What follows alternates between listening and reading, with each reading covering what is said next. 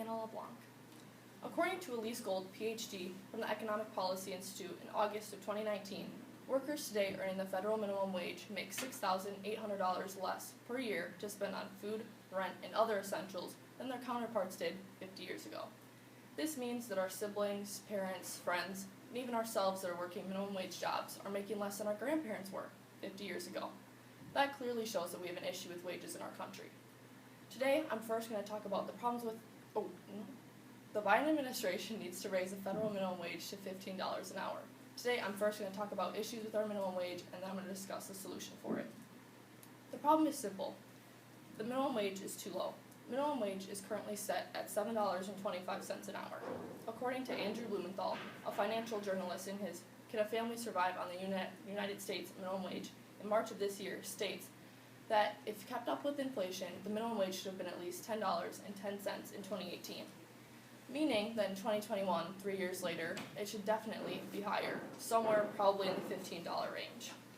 He also states that workers working 40 hours a week for all weeks of the year, which is full-time year-round, still fall below the poverty line. For example, families of 2 fall $2,000 below the poverty line, and families of 4 jump all the way down to $11,000 below the poverty line.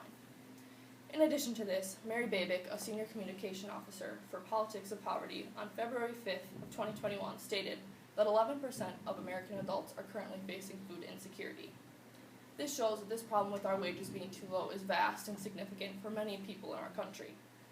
In Elise's article, she states that there are 1.8 million people currently being paid at or even below the federal minimum wage of $7.25.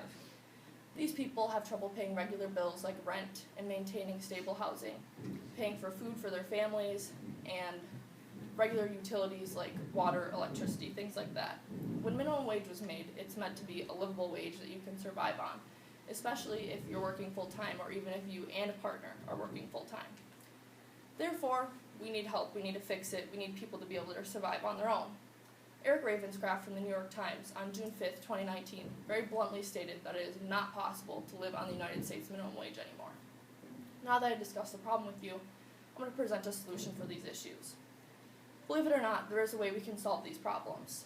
The Biden administration needs to raise the federal minimum wage to $15 an hour. There have been attempts to do this. In Blumenthal's article, he discusses how in 2019, the House of Representatives passed a version of the Raise the Wage Act. This would have raised the federal minimum wage to $15 an hour by 2025. But when this was passed to the Senate, it didn't go through. This shows that we need to keep trying and keep striving for more money for people that are working wage jobs. In addition, in Mary's article, she discusses how poverty rates are extremely high right now, especially since we've hit a global pandemic. They've risen a lot in the last year. But if we begin to pay workers more, we can help boost our citizens off the poverty line. In addition to this, paying workers more will help boost economic growth.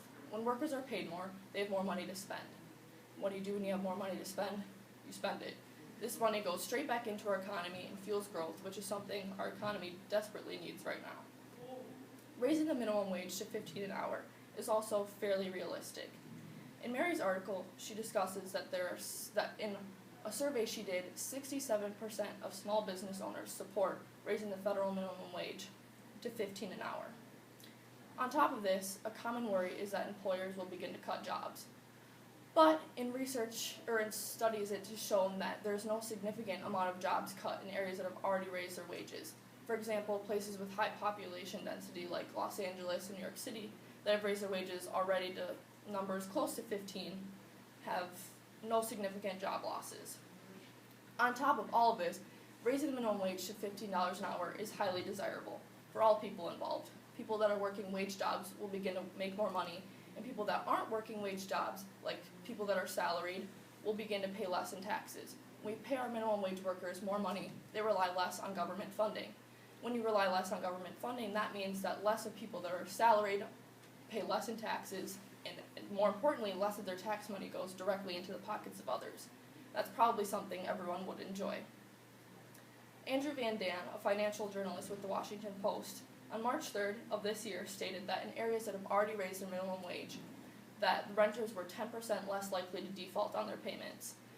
This means that we're making our people that are working wage jobs more reliable, more stable, able to get loans and credit cards and stay on their feet off the poverty line. So, To conclude, today I talked to you guys about issues with our minimum wage and a possible solution to solve it. The Biden administration needs to raise the federal minimum wage to $15 an hour. Our work should be worth just as much as it was for our grandparents 50 years ago. Pay is meant to change with the times, and the time to change it is now.